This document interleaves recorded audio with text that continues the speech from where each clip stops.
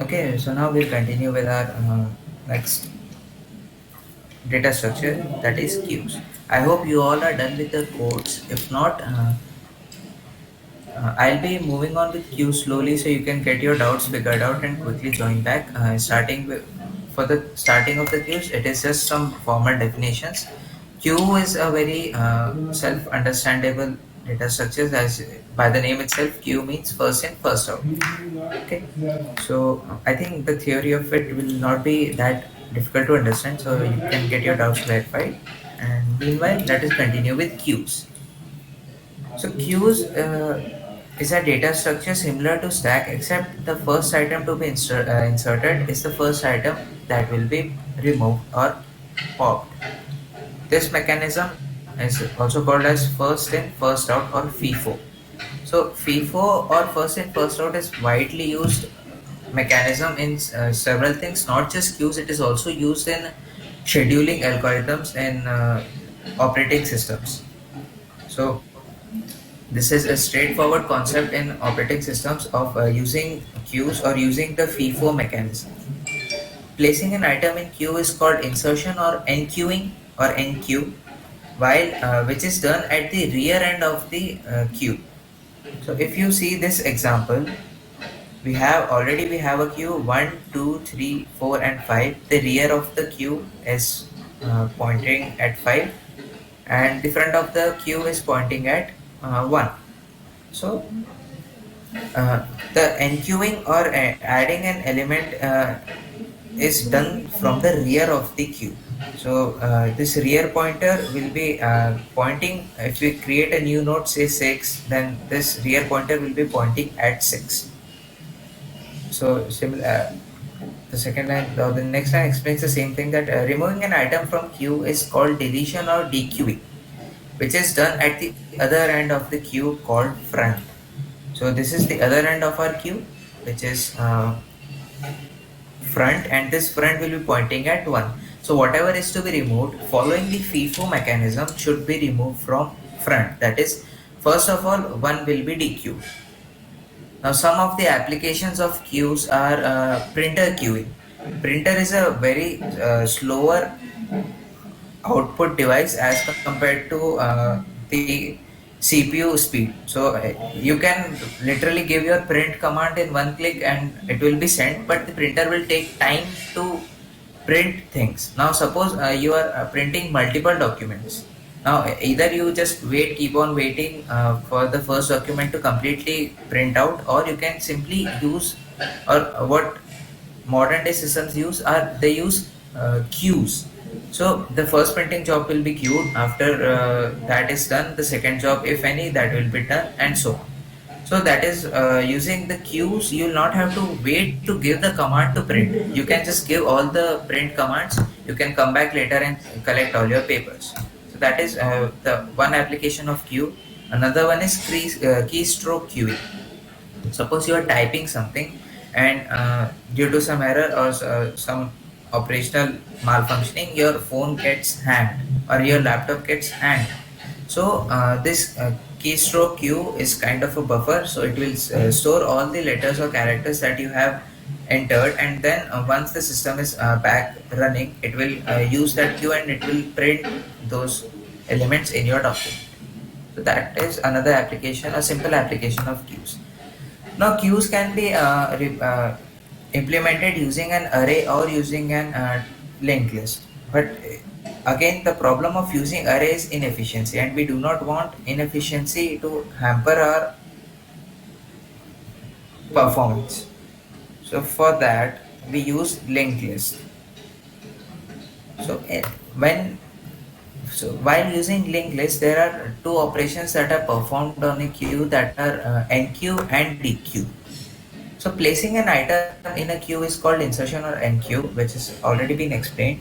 So you have a queue and you want to insert something, then it will get inserted through the rear end, while the front end will remain as it is. Then you keep on inserting and the rear pointer will keep on moving. Front pointer will not be disturbed if you are enqueuing the element. Okay.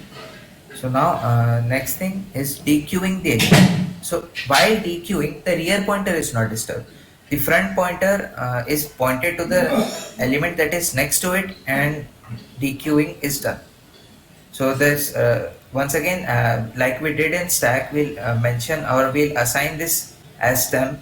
We'll move our front pointer to the next, and we'll remove this stem from our queue or the linked list. So that is how we'll maintain the queue. Okay. So next thing, working of this queue. So for this, see, so uh, this is our enqueuing function. This one over here. So this is our queue 1594. The rear pointer or the front pointer is pointing at 1, though it has not been displayed here, but it is there. So front is pointing at 1, then 5, front's next is 5, then 9, then 4. And then when we want to insert something, this new node is inserted. The next pointer of this new node is null as assigned, and the data of this is 10. And now this front or the rear pointer will move on to this next new node. Now when we dequeue, this start pointer is over here. We remove this start element and we move our pointer to the next. This is how dequeuing works. I'll show you an animation regarding this as well, so you'll get a clearer picture. So let us suppose we want to insert 10. So when we insert 10, the first basic condition when we initialize any stack, we have head and tail assigned as null. So always remember, initialization of queue is always done with head equal to or front equal to rear equal to null. So we'll enqueue 10. So when we enqueue 10, both head and tail will be pointing at this element itself. We'll assign this so that when we add the next one, when we add 20, so this next pointer will be pointing at this new node, and this tail pointer will move. So that is how queue functioning or working of queue using linked list happens. Now if we go with the third element, when we enqueue 30, again this next pointer will point 30, and this tail will also point at 30. So that is how function or that is how the queue works in linked lists. So there are three states of queues, that are queue is full, queue is empty, and queue is full and queue is empty. These are the two states. The third one is operations on it. Okay. So when the queue is full, again this is a concept of arrays. If you are using array, then only you can have a full queue, and then if the queue is full, then you point or you just display that the queue is full. We cannot add any other elements. And the second condition is where the queue is empty, so you cannot delete anything from an empty queue. That is the second state of queue. Okay. So that is what is written here. So when a queue is empty, front is equal to rear, because both will be pointing at the same pointer, that will be equal to null. When the queue is full, that is a concept of array. When rear is equal to n. So suppose this is the last element of our array, and if this rear pointer is pointing at this last element, then it is already equal to n. So then the queue is full. Now if queue contains greater than or equal to one element, then the pointers will be doing our job. This is just an explanation using the array concept. So algorithm to insert anything. So to insert anything, what we'll be doing is I'll use this animation once again to explain you. I'll clear the queue. Otherwise I'll just dequeue twice or thrice. Okay. So we are here. We have everything from our queue has been removed. So to initialize with, we have front and rear pointers pointing at null. When we add 1, so head points to both of them, start by pointing at the first node of our queue, and then when we add the next one, 30, we enqueue, So this next pointer points at this new node, and the tail also points at this new node, and this is how we continue with this. So insertion and deletion, when we delete, I'll take you this element. So the head pointer moves to the next, while the tail pointer removes there, and the dequeued node is removed or deleted from our linked list. That is how deletion works. So let us now continue with coding queues. So once again, let's go back to our VS Code, and I'll create a new file by the name queue.cpp. Let us include our header files as include iostream and using namespace std space std. Okay. Now let us start with creating the node. Now this time what we will do is we'll initialize our node there itself, where we are declaring our uh, node. So struct node. I'll not be once again explaining why we are using struct here, because that is the syntax. In data we have a data type. Now we'll use we'll use a single pointer node, just like stack struct node pointer next. Okay, here we have it. Then we'll have node of int d.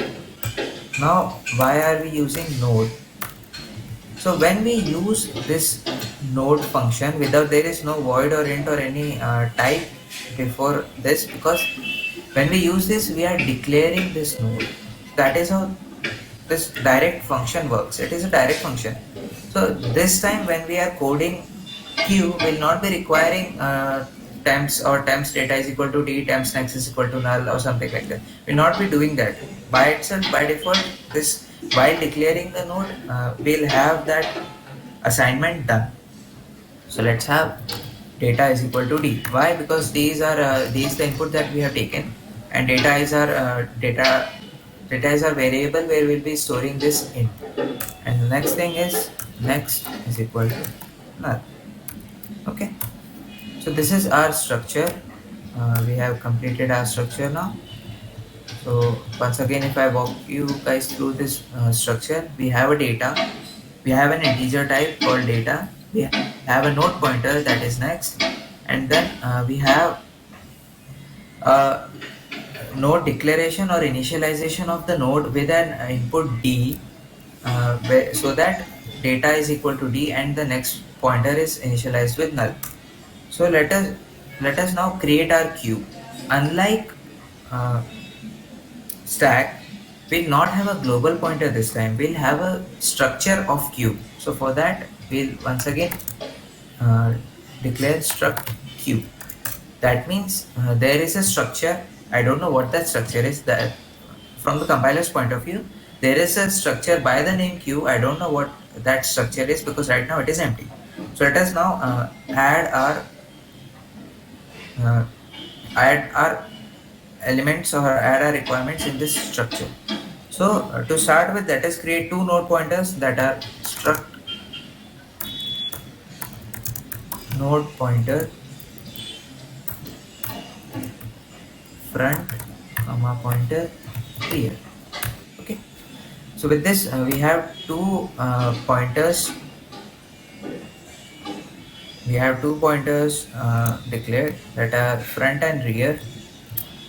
And to initialize this, as I said, to initialize any queue, always initialize front is equal to rear is equal to null. So just as we use node here, we'll use queue initialization front is equal to rear is equal to null. So with this sentence over here, we have initialized our front and rear pointers. Now always remember, in C++, we need a semicolon after we declare any struct.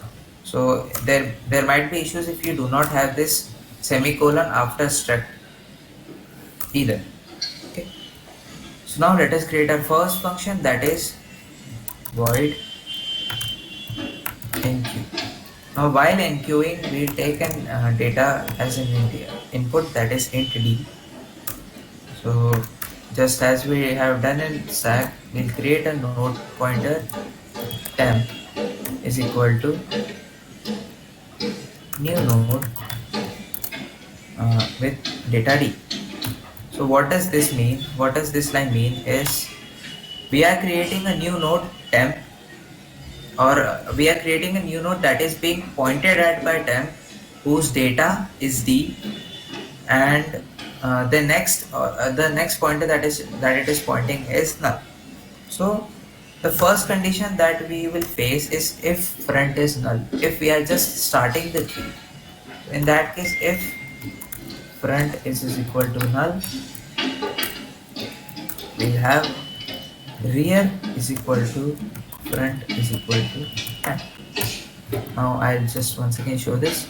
So this is when we initialize our queue. So head and tail pointer both are pointing at the same temp node. This 30 is being pointed at by temp right now, and head and tail. So there are three pointers pointing at the same address. That is head, tail, and our front, rear, and our temp pointer. Okay. So we have initialized, and this time we'll also print the element that we are enqueuing. So cout element enqueued is space. Now to make sure that now always remember that the enqueued element is at rear, so we'll just simply write rear's data. With this, if in case there is any error in the code, we'll also come across it, because rear's data is the rear is the pointer of the queue. Temp is not a pointer of the queue, it is just a temporary pointer to facilitate our coding. Hence, if the rear's data is correct, then obviously our queue or our enqueuing is correct. Otherwise, else, if now what is this else condition? If there is at least if there is already an element that is existing in our queue, in that case, rear's next is equal to 10, and then we'll assign rear as 10, and once again we'll have our cout statement element enqueued is rear's data. Okay. Now how did this work? So once again let us go back to our visualization. So I'll add element 40, I'll enqueue it. So this is our node created, that we have a new node temp 40 with our next already initialized as null. Right now this rear is pointing at 30, so with this statement, that is rear's next is equal to 10, we expect that this null pointer points at 40. So let's see if that is happening. Yes, that is exactly what has happened. This next pointer is now pointing at 40, or this 10. Now we want the rear pointer to move to this 10, so we'll once again continue. That is what again happened. So this rear pointer has pointed to 40. So with this, our queue or enqueuing is complete. We have covered both the cases, if the queue is empty or we are just initializing the queue, and the second one is when there is already an element in our queue. So by this we also complete our void function. So I'll just minimize it for now, and we shall move on to our next function, that is void dequeue. Now always remember, because we have defined the front and rear pointers in here itself, that means we have defined these two functions in the struct queue. We are not defining it in global variable. So all the functions that you want to be operating on queue must be inside this struct. It cannot be outside this struct. Remember this one. Okay. So for dequeuing, what do we have? If we dequeue, we want the front pointer to move to the next, and we want to delete this node. So let us have our struct node pointer temp. This time we are not creating a new node because we do not want a new node. We just want a pointer temp. Okay. So now, in what case is this queue empty? That is if front is equal to null. Now you are if the front is null, that means there is no front of this queue. Then what will you pop out of? That's why if front is null, we print queue is empty. Okay. So this was our condition that we had to look for, that if the queue is empty, we cannot print any element. Otherwise, else we have. So as I said, we'll assign this. If I add an element once again. So now when I'm dequeuing, the first thing that you want is this temp or this 40 to be assigned with temp. So that is what we'll do. Temp is equal to front. Okay. So now this 40 is being pointed at by temp as well. Now we'll iterate front. Front is equal to fronts next, and so fronts next. So if we this front will be pointed to next. If I dequeue, so that is what has happened. Front or head has moved to the next node. So that is what we have done here. That front is equal to fronts next. That's it. And then we'll just remove the node. Temps next is equal to null, and we'll print that cout \n. So as to keep our code or the output understandable, element dequeued is temps data. Now here, if you write fronts data, then that is not the element that has been dequeued, because we have already called front is equal to fronts next. So we'll have to call temps data only. Now there is one more thing that we still have to do in the middle of this code, is that suppose if I skip forward, now we have this. Now when we point to next, when we go on to the next, if I dequeue from here, if I want to empty the queue, head will be pointing at null, temp will be this, but the one issue is that this rear or the tail pointer will still be pointing at this point or this data type, which is wrong. So if the queue is empty, both head and tail needs, or front and rear needs to be pointing at null. So in that case, what we will do, we'll check, we have iterate front is equal, then we assign rear to as null. So front and rear are both pointers, they are not nodes, so we can directly assign front is, if front is null, then rear is also null. And now freeing temp as usual, free temp. That's it.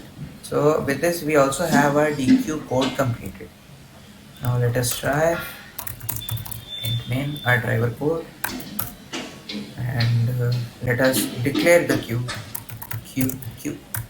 What does this statement mean? That means there is a structure, there is a variable queue which has or inherits the structure of the struct queue.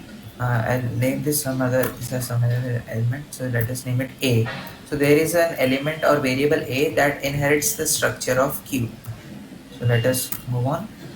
So while calling functions, this time we'll not be directly calling void push, we'll be calling a dot in queue, because the function that we want to execute needs to be executed on a queue, and this queue is right now A.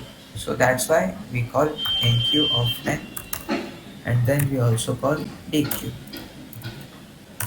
That's it. So now if we run the code, element, we have our output element enqueued is 10, and we also have element dequeued is 10, because that was the only element. Now if I again write enqueue 20 and then also add a deq function, then we have, if we run now this time, what you would want is if 10 has been inserted first and 20 has been inserted then, so then the first element to be dequeued should be 10 and the second element to be dequeued should be 20. So let us try it, and that is what we have right now. This these two are coming in a single line because I must have forgot backslash n while writing this code. Yeah, so in the first one we do not need it, we have backslash n. And once again, if I run it, this time it will be more clean. So as we expected, first element enqueued is 10, while the second while dequeuing, the first element dequeued is 10 and then the second element dequeued is 20. Hence our queue structure is working absolutely fine. Now the third thing that we would want is to display the contents of our queue. So we'll create a function void display. Now if you see this one, I'll enter some more elements to explain how enqueuing works, sorry, display of the queue works. 50 enqueue, followed another element I add 60 enqueue, continue. Okay, so now we'll start with the front and we'll keep iterating until we reach the rear. So similar to stack, the stack was top to bottom from left to right. So the leftmost element is the top and rightmost element is the bottom. Similarly in queue, the leftmost element is starting and the rightmost element is the ending or the rear of the queue. So for that, we'll have, once again let us declare struct node pointer temp. This is the pointer. And once again the condition, if rear is equal to null and front is also equal to null, will print cout queue is empty, and backslash n of course. If condition is completed, now we move on to the else condition. If there are elements in the queue, then we see out, or so to start with, we'll see out elements of backslash n, elements in the queue are, and semicolon, and then we'll have, once again like we did in stack, while temp is not equal to null, we'll keep on iterating temp. So for that, also to begin with, we'll already have our temp equal to null here. So temp equal to front, not null, front. Okay, so we have initialized temp with front, and now while temp, or see out the elements, and while temp is not equal to null, we see out, or we print temp's data with a space. Okay, and then we iterate temp is equal to temp's next. So with this we have our display function done as well. This was our display function, and let us try it out. So I'll, right now the queue is empty after this fourth call. So let's again call a dot display and let us try running it. Let's see what the output we get. So we get queue is empty. Okay, before that, of course, these were the outputs that we got. First we enqueue two elements, then we dequeue two elements, then we got queue is empty. Now if I once again call a dot dequeue, let's see what we get. Run. And we get queue is empty. Once again, there was a backslash n that was supposed to be here, and I run it. And we have queue is empty. This first one with an smaller e is because of the dequeue call, and the second one is because of the display call. Now let me remove all the three dequeues, and we'll directly just display what our elements are queue are. So first we enqueue 10, then we enqueue 2, and hence the first element is 10 and the second element is 20. So that is how we have our queue code completed as well. Even in this, if you want to keep it a little bit more user centric, then you can add those switch case functions and that you will be good to go. Okay. So with this, queue is also completed. So let's see if any doubts. Just type in the chat boxes if you have any doubts.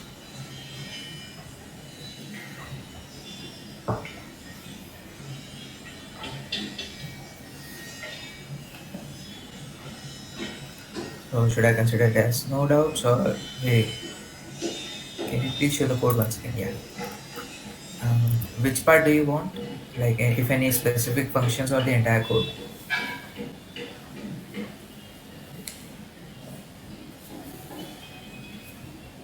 Display part, okay. So this is our display function here to here.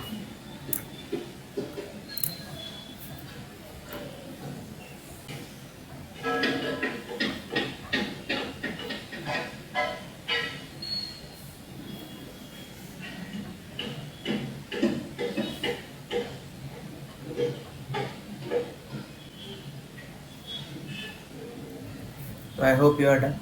DQ and okay, you want the DQ also. Display has been shown. I'll show the DQ one. So this is our DQ code.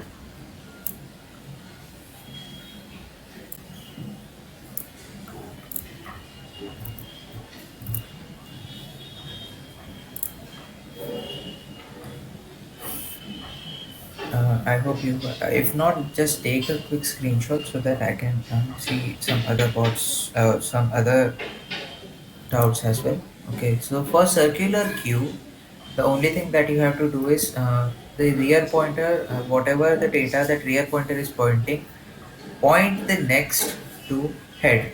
Now in rear queue, or in circular queues, you cannot insert or you cannot insert or you cannot end the queue. It is circular, so it will keep on circling. That is why it is called circular queue. So the third point or the last rear node shall be pointing at head, and that will be your circular queue. That is the only difference between a normal queue or a linear queue and a circular queue. Okay. I hope anybody any other doubts in enqueuing how rear changes. In enqueuing, this is our enqueue code. So rears next is equal to 10. So we have first assigned that rears next is 10. We cannot directly go with rear is equal to rear is equal to 10. So that will just create problems. It will in fact the code will become a nonsense if anybody does that, because it is a clear blunder that you are not uh, or you are not assigning a link between the previous node and the new node. So when you assign a new the link, then you move on. So that is what we have done. The new node has been created here with this line. No matter what, you will have to create a new node, whether if it is the first node or it is some middle node. So we move on, or we created the node, and then rears next is equal to 10. So this new node will now have a this new node will be pointed at by a new node or a previously existing node. If I show you with this example, this was our last node and the rear was pointing at this 60. So now if I enqueue 70, so we have our new node created in this line, and then this line has just executed. That was rears next is equal to 10. This was rear, and rears next is equal to 10. Now if I continue this, rear is now pointing at 10. That is rear is equal to 10. The temp is also a pointer, rear is also a pointer, and if rear is equal to temp, that means the address that temp is showing, rear should also show the same. So that is how rear that works, and in that is how in enqueue rear changes. Okay. Any further doubts regarding queue?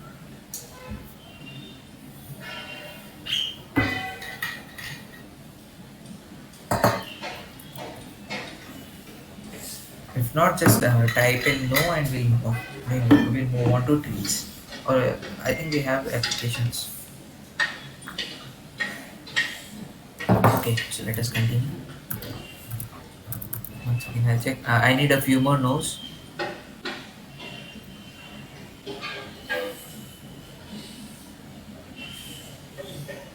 Alright. So yeah, we have enough now. Okay, so we are completed with coding queues. So let us move to applications of queues. So there are real life applications like waiting in a line, waiting on hold for tech support. That a lot happens when you call any call center, or even right now if there is overcrowding in the tech support department at Discord, then you will have to wait. There is a line.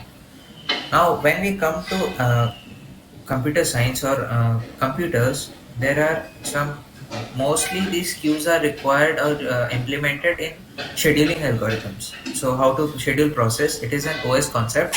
So round robin scheduling is one such scheduling algorithm where you use multiple queues and you keep shuffling elements between these queues. And FIFO, as I explained earlier, first in first out, so that is purely queue based, and keyboard buffer that I had explained in the starting. So that is how queues work.